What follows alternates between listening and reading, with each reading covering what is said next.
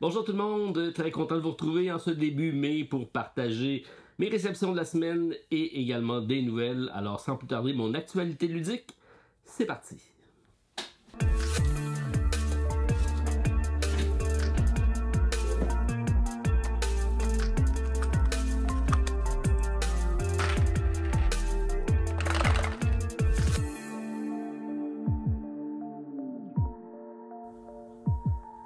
Bonjour tout le monde, très content de vous retrouver ce samedi matin, partager café, petit déjeuner en votre compagnie. Et oui, je n'étais pas là la semaine dernière, j'avais beaucoup de choses à préparer pour des campagnes de socio-financement, on va en reparler, mais également pour mon événement de ce week-end, puisque allez, à l'heure que vous écoutez la vidéo, je suis probablement en direction de Toronto pour l'événement organisé par Asmodée qui s'appelle Canada Play. Donc c'est un regroupement pour les différents membres de l'industrie, donc les commerces, les boutiques, les intervenants, les fournisseurs, les éditeurs, mais également des influenceurs. Donc je sais que Rodney Smith sera présent, donc c'est un Canadien et ça me fera plaisir de le rencontrer, peut-être d'échanger avec lui et de faire un petit coucou sur la chaîne.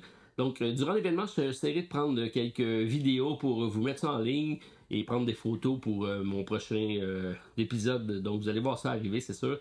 Je vais essayer de documenter l'événement un peu. C'est le deuxième fois que ça se passe et c'est notre première fois, donc on se rend là-bas. Donc c'est une première pour moi. J'ai bien hâte de découvrir ça, comment ça se passe. Ça fait un petit bout de temps que j'ai pas été à Toronto, donc ça va faire du bien de voir comment la ville a évolué. C'est rendu une grande métropole, alors bien hâte d'aller découvrir ça, redécouvrir ça. Donc ça va être bref cette semaine puisque j'aurai pas beaucoup de temps à faire de montage. Je vais faire une seule prise et je vous mets ça en ligne, mais je tenais à être présent pour l'événement. Donc un samedi à partager quelques réceptions. Donc on va faire le tour de ce que j'ai reçu au courant des derniers jours. Alors on a eu une bonne réception au Randolph avec différents jeux qui sont arrivés. Donc j'ai ici Hollywood 1947. Donc c'est dans la gamme des petits jeux.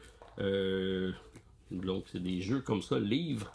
Et c'est tout le temps des jeux un peu particuliers, d'identité cachée la plupart du temps, et c'est le cas ici. Donc Hollywood en 1947, c'était un peu la chasse aux sorcières, ou plutôt la chasse aux communistes. Et dans ce jeu-ci, donc on va incarner des membres d'un studio de cinéma qui vont essayer de trouver parmi le personnel s'il y a des membres des communistes, essayer donc de faire en sorte de se débarrasser de ces mondes-là avant de fermer le studio. Bref, c'est toujours des jeux intéressants, en grand groupe surtout, pour mener ces enquêtes-là et essayer de sauver sa peau si on fait partie de la mauvaise gang. Donc c'est intéressant.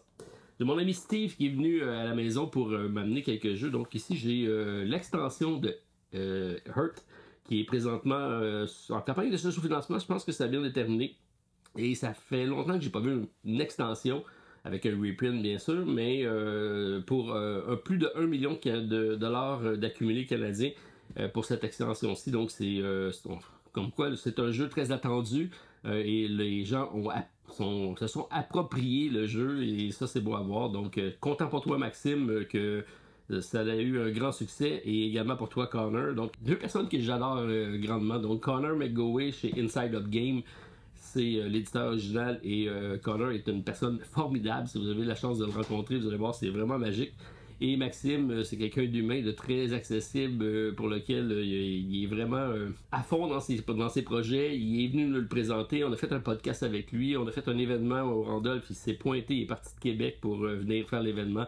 Donc c'est toujours un grand plaisir d'échanger avec Maxime et content de voir que le succès de Hurt continue à bien aller. Donc très content de le recevoir. Merci Steve de me l'avoir apporté. Donc je vais tester ça et probablement en mode solo parce que j'ai pas rejoué en solo à ce jeu-ci depuis que j'ai fait ma vidéo du prototype initial. Donc je vais me lancer dans l'expérience. Donc à voir, à suivre et je vous reviens avec mes commentaires probablement dans le podcast. En parlant de podcast, cette semaine, c'était la première fois qu'on faisait une nomination pour un jeu qui sera dans le Temple de la Renommée. Donc, on a commencé à faire ça en compagnie de mon ami Martin. Alors, je vous invite à aller écouter le podcast et vous me donner votre avis sur le jeu qu'on a sélectionné qui peut-être passera à l'histoire et sera parmi les immortels, donc dans notre ludothèque du Temple de la Renommée. Alors, nouveau concept que j'aime bien et ça va permettre de parler des jeux des grands classiques, des anciens jeux, des jeux oubliés, donc ça va être à suivre. Autre réception, Traite à bord, c'est un petit jeu, un autre jeu d'identité cachée, je pense qu'il va en avoir pas mal aujourd'hui. Des pirates, donc un petit jeu de cartes assez malin dans lequel on va défausser des cartes dans un trésor, mais il y a une traite ou des traites qui vont pouvoir mettre des cartes qui vont aller un peu pourrir le deck. Le but c'est d'atteindre un certain nombre, mais là tout le monde on va essayer de se faire confiance, mais il y a beaucoup de suspicion qui va s'installer. Il va y avoir des cartes qu'on va pouvoir faire un petit peu d'enquête et même d'envoyer quelqu'un sur des planches pour essayer de s'en débarrasser. Et si on a 3 planches devant nous, ben, on tombe à l'eau et on est sacrifié. Donc c'est un jeu de mutinerie, de bluff assez intéressant. Donc ça vient d'arriver chez nous et ça sera disponible donc dans les pubs. Je pense que ça sera un excellent jeu de pub. Là, je sais pour vous, là, vous avez regardé tout ça, les petits jeux que j'ai présentés, mais il y en a gros qui sont plus intéressés par celui-ci parce que c'est Marvel. Marvel, c'est une franchise qui est excessivement bien appréciée dans le jeu de société, entre autres. Et Dice Throne, c'est une franchise également qui fonctionne super bien. Alors, le mix des deux fait quelque chose d'assez exceptionnel. Il y a juste une chose, par contre, que je suis pas sûr d'aimer, c'est le format de la boîte. Alors, boîte relativement mince, mais relativement grande. Donc, ils ont fait des boîtes de 4 personnages. Et plutôt que de plier les plateaux de jeu, le plateau sont sur une même face. C'est sûr que c'est pratique à ce niveau-là. Pour le gameplay, c'est bien. Mais je trouve ça comme dimension de boîte pas facile à ranger dans nos ludothèques. Et quand, en plus, on change de format dans une même gamme, ça, j'aime moins ça. Alors, c'est un 2 à 6 joueurs, 30 minutes par partie, 8 ans et plus, avec différents personnages qu'on connaît tous très très bien. Captain Marvel, qui devient un incontournable, Black Panther, on a Captain Strange, plutôt Doctor Strange et Black Widow, qui sont des personnages qu'on retrouve beaucoup dans les franchises Marvel. Donc, de plus en plus, c'est ces personnages-là qui sont mis de l'avant. Et même chose de ce côté-ci, donc on a un des Spider-Man, donc on a Loki, on a Thor et on a Scarlet Witch. Donc toujours intéressant d'aller découvrir ça. C'est sûr que là c'est un jeu de confrontation, alors j'ai hâte de voir comment ça interagit tout ça ensemble. Et là c'est un 2 à 6, à 6 ça doit être malade. Alors ça va être à tester, c'est sûr qu'en compagnie de mon ami Stéphane, on va se lancer dans les aventures de Dice Throne Marvel avec cette nouvelle arrivée en français, donc des jeux de la compagnie Dice Throne. On a ça ici qui est arrivé, qui va, j'espère, devenir un classique. Je dis j'espère, c'est parce que il est beaucoup comparé à Ticket to Ride, donc les aventuriers du rail. Et moi, ben, j'ai aimé correctement les aventuriers du rail lorsque c'est sorti, mais c'est pas un jeu que j'ai accroché, que j'ai joué à maintes reprises. Alors j'ai hâte de voir si celui-ci va le remplacer ou du moins va prendre la place au niveau de ce type de gameplay-là par rapport à mes affinités, mais aussi aux gens que je vais pouvoir amener. Donc, j'ai hâte de voir. Donc, j'ai eu des bons commentaires. Ça va être à tester. C'est une réimplantation d'un jeu qui était déjà existant. Donc, c'est Expédition, c'est Super Meeple, c'est de 8 ans et plus, 30 à 45 minutes, 2 à 6 joueurs. Et 30 à 45 minutes, c'est ça que j'ai hâte de voir parce que Ticket to Ride, j'aime beaucoup la mécanique, mais je le trouve long souvent. Et si celui-là peut être dans le même esprit, assez facile d'accès mais plus rapide, je pense que je vais apprécier. Donc, alors, à suivre avec Expédition qui vient d'arriver au Canada. 2 campagnes de socio-financement. Commencer par Époque, qui est ici, donc c'est Curse of Culture, donc un cours de culture et non pas la course. C'est un jeu que j'ai présenté sur ma chaîne, donc il y a beaucoup de monde qui ont déjà regardé la vidéo. Je vous incite à le faire si ce n'est pas déjà fait. C'est un jeu de civilisation, et là de ce temps-ci, je ne sais pas pourquoi, mais ça s'accumule. J'ai plein de jeux de civilisation qui arrivent en même temps. Et c'est quoi que j'aime bien, donc j'aime ça les comparer. Celui-ci, c'est probablement le plus complet des jeux de civilisation parce que c'est un 4X. Donc il y a plein d'axes de développement. Il y a du militaire, il y a de l'exploration, il y a de la gestion de ressources. On va gérer des cartes pour générer des nouvelles connaissances.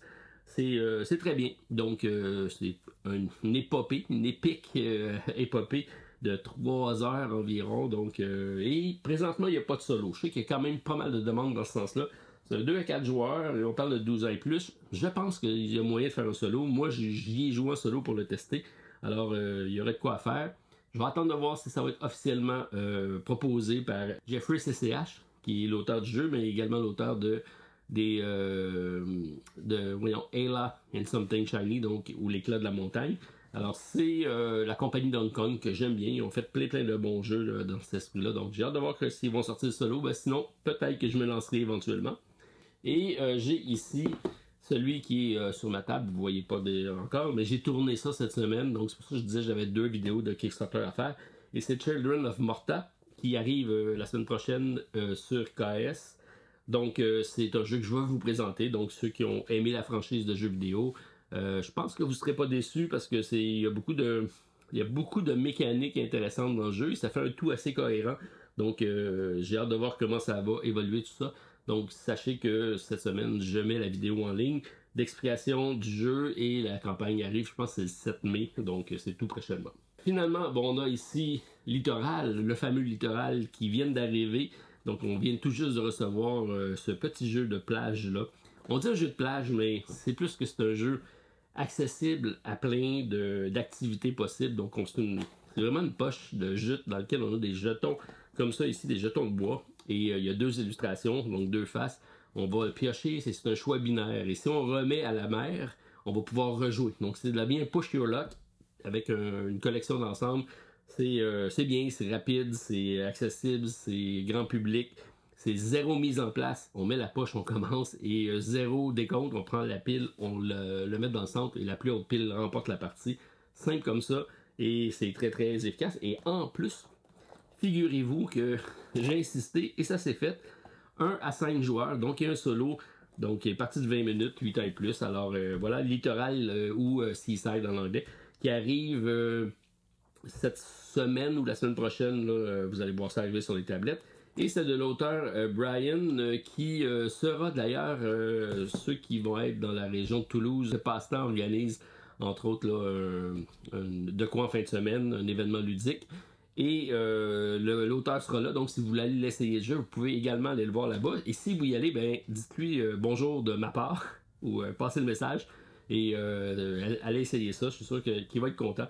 Donc voilà pour Littoral, dernier arrivé de chez Randolph. Harmony, c'est un jeu qui a fait un grand tabac sur la chaîne, à la surprise de Steve peut-être, parce que c'est la vidéo de Steve. Et c'est Asmodée qui a envoyé le jeu. Donc, on remercie d'ailleurs David, je pense, là-dessus. Et c'est un jeu qui est très attendu. C'est un jeu de pose de tuiles, donc avec une espèce de construction en hauteur également. Des objectifs avec des cartes qui vont générer des points en fin de partie. Magnifiquement illustré, bien réalisé. Steve a grandement apprécié. Donc, c'est dans la lignée de Acropolis, Calico, donc Cascadia, ces jeux-là, c'est l'équivalent d'eux. Alors, moi, je voulais le tester. Et en plus, ben oui, il y a un solo, c'est de 1 à 4 joueurs, c'est parti d'une trentaine de minutes. Donc, merci Asmodée. Et on aura la chance peut-être de le tester en fin de semaine parce que, ben, on s'en va les rencontrer à Toronto. Donc, c'est pour Harmony. Et finalement, j'ai reçu un dernier Kickstarter, comme quoi j'en ai beaucoup qui arrivent. Alors ici, magnifiques illustrations, comme on peut voir. Donc, Pillar of Héraclès, c'est un jeu de la compagnie Apeiron. J'ai déjà travaillé avec eux pour un autre projet. Il va falloir que je vérifie c'est lequel. Mais on parle de 1 à 4 joueurs, 90 à 120 minutes, 14 ans et plus. Et on a un jeu ici d'exploration, des cartes, des combos. C'est un jeu pour lequel on m'a proposé donc de regarder. Il y avait un solo, donc je tenais à être présent. Il y a de belles illustrations. On parle de l'Olympe. Alors ça, c'est quoi qui m'intéresse. Et on parle de construction, de recrutement, de déploiement, de la domination. Donc ça semble être un 4X de ce côté-là aussi. Et 90 à 120 minutes, c'est quand même quelque chose de costaud, mais on va voir qu'est-ce que ça donne, donc ça va être attesté avec un autre beau projet de socio-financement. Je sais que plusieurs d'entre vous disent ouais, socio-financement, peut-être pas avec les frais de shipping et l'attente et tout ce qui arrive avec certains projets qui ne sont jamais livrés, mais du moins ça permet de voir les jeux, de les anticiper, et éventuellement ça va sortir en boutique, donc on peut se dire celui-là, ben, je le mets sur ma wishlist quand il sortira. Je le prends tout de suite parce que ça vaut la peine avec tous les add-ons et tout ce qui est offert en plus. Ou j'attends et en boutique, ben, je le prendrai. Donc, ça pourquoi je voulais vous le présenter. Alors, ça complète ma brève actualité de cette semaine. Et je complète mes valises, direction Toronto. Je vous fais un petit reportage en ligne, puis on se revoit très prochainement pour une autre vidéo à la Société des Jeux. Bye tout le monde, à la prochaine.